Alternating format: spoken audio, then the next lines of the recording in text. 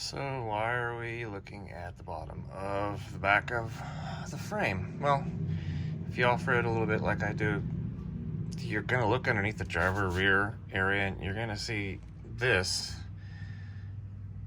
your trailer wiring bolted here with a couple other pieces, and you're gonna wonder, man, why is that there? That sure does hang pretty low. Well, it sure does. So I moved mine up, put the butt end into that corner, put some self-tappers. This one needs a long self-tapper to go through. So yeah, and if you need something to go through the bolt, oh, these little things are joy. Oh, they will bore through anything and give you whatever levels that you need for bolts or holes or whatever into metal, like butter.